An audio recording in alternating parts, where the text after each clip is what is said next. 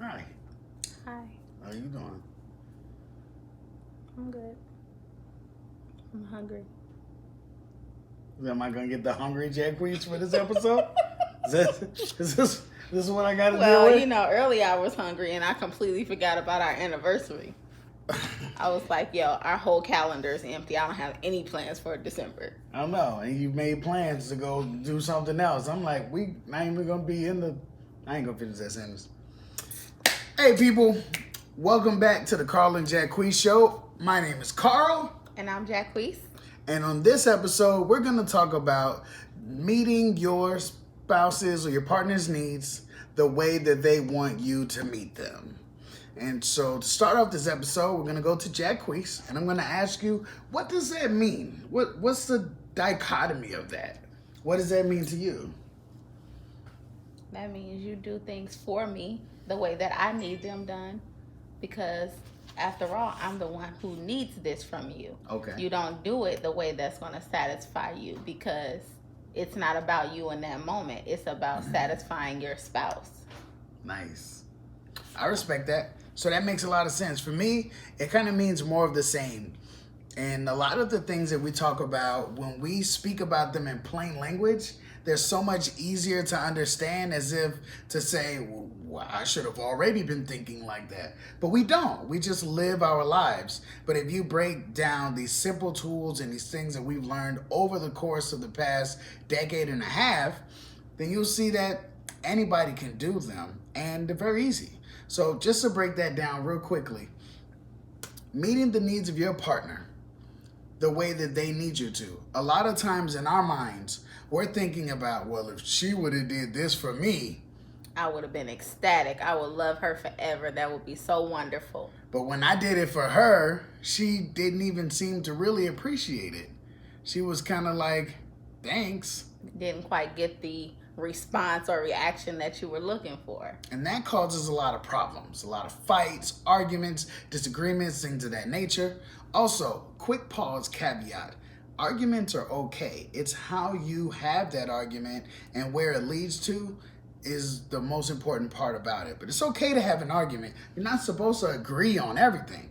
But do you hit below the belt? How far do you take it? That's where it becomes a problem. Back to the convo though.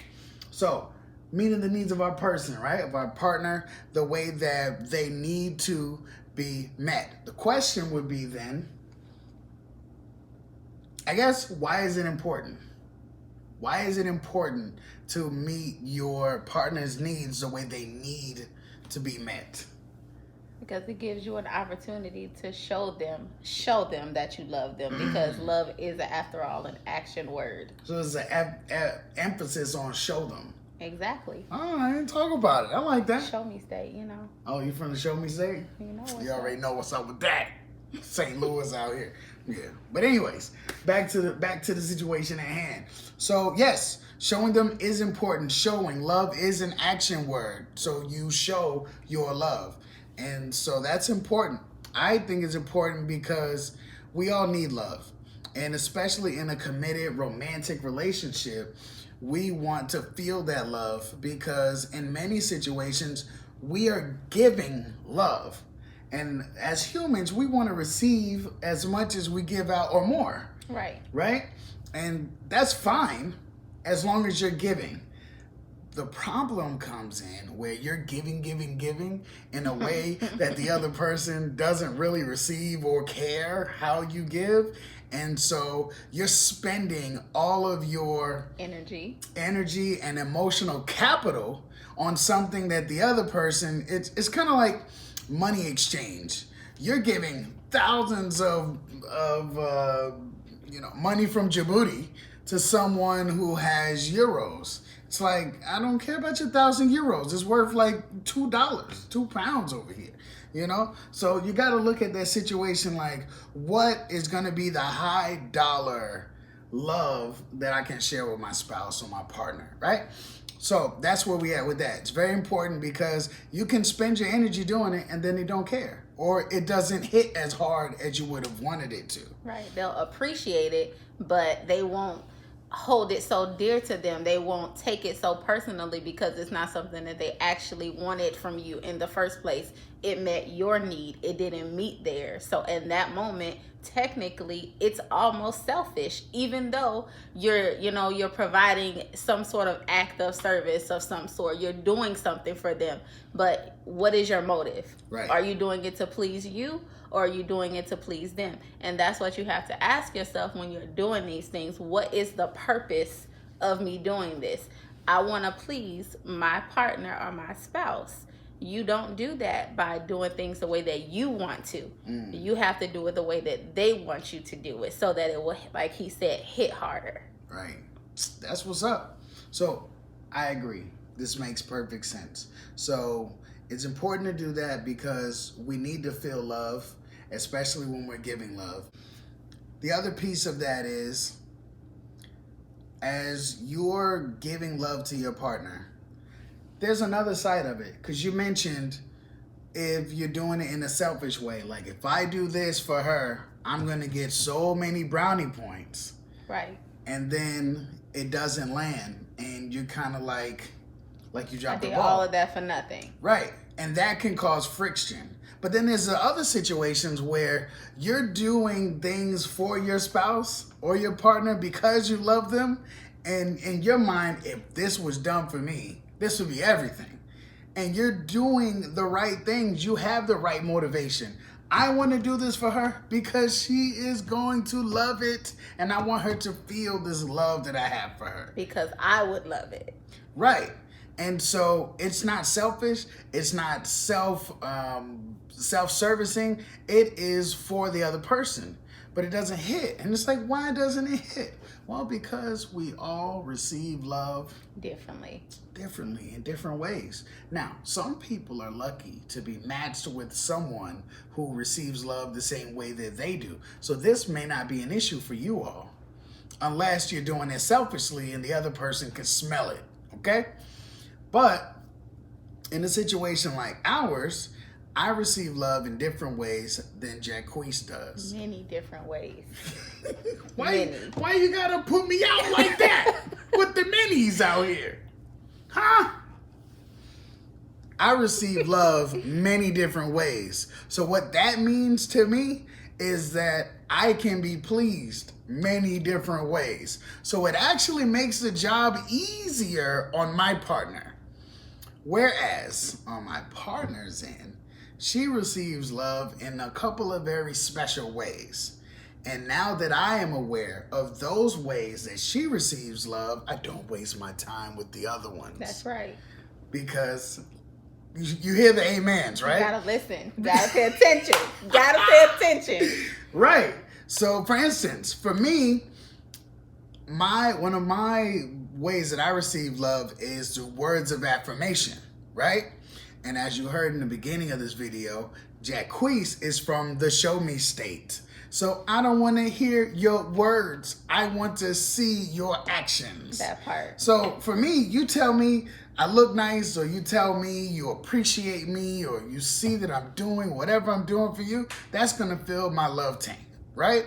However, Jacquice, on the other hand, if I tell her you're beautiful, she's like, I know I'm beautiful. Really? That's how you feel? That's how you feel? It's a fact. I don't never tell you that. No, you don't say I know I'm beautiful, but it doesn't mean anything. Tried it. It doesn't mean a lot. When I'm like, you're so beautiful. You're like, what do you want? Like, no, I say thank you. I say thank you. I know. I'm just playing. I'm joking around. I'm going to punch you. Watch your face. Okay, but seriously though, if I extend to you some kind of verbal affirmation of anything, you're like, okay, cool, thank you. But it didn't really move her in the love language area. True. Right? But if I do something physical for her, then that's going to get her attention, right? And so, for instance, I think I mentioned it in another video, one of the things that you don't like to do in the grand scheme of things throughout the day, which is fold the laundry. Granted, she does everything else, and it's no problem. She does so many things. But folding the laundry, I don't know what it is about it. It literally makes me sick. I hate it. If I can put everything on a hanger, I will. Everything. Everything? Everything.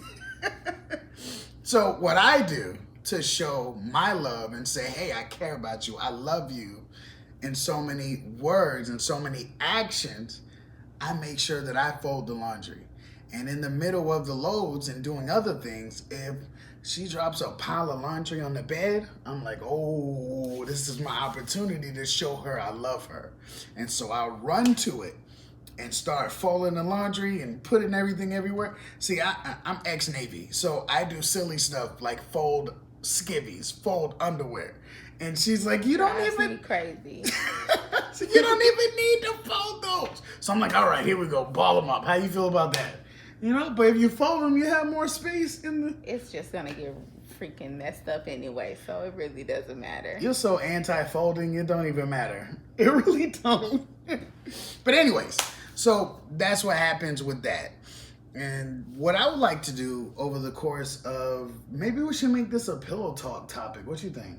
I think that's a good idea. Let's break it up into a couple nights where we break down the different love languages.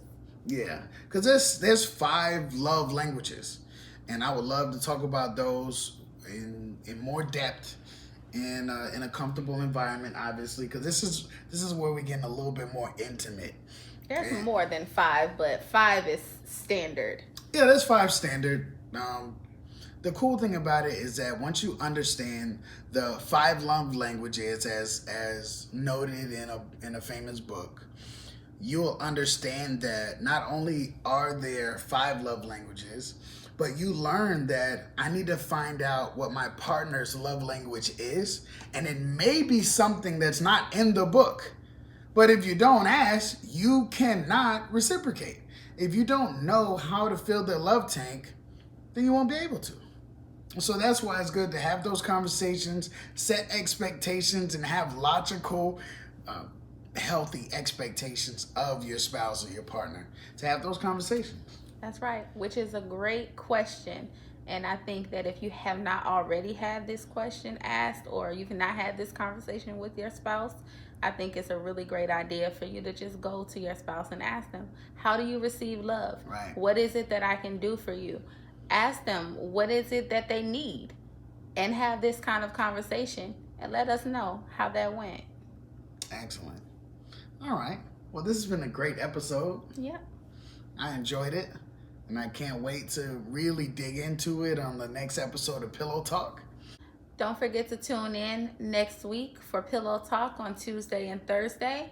Carl, why don't you tell them where to follow us? Well, you can follow us on Instagram at the Jacquice Show. You can also follow us on Twitter at carlandjacquice. And of course on Facebook at the Jacquice Show. Remember, we need you to like these videos. We need you to comment. Please comment down below. And of course, finally, after you subscribe, share. Remember, guys, God loves you, so love yourselves first so that you can effectively love someone else. Be blessed. Enjoy yourself.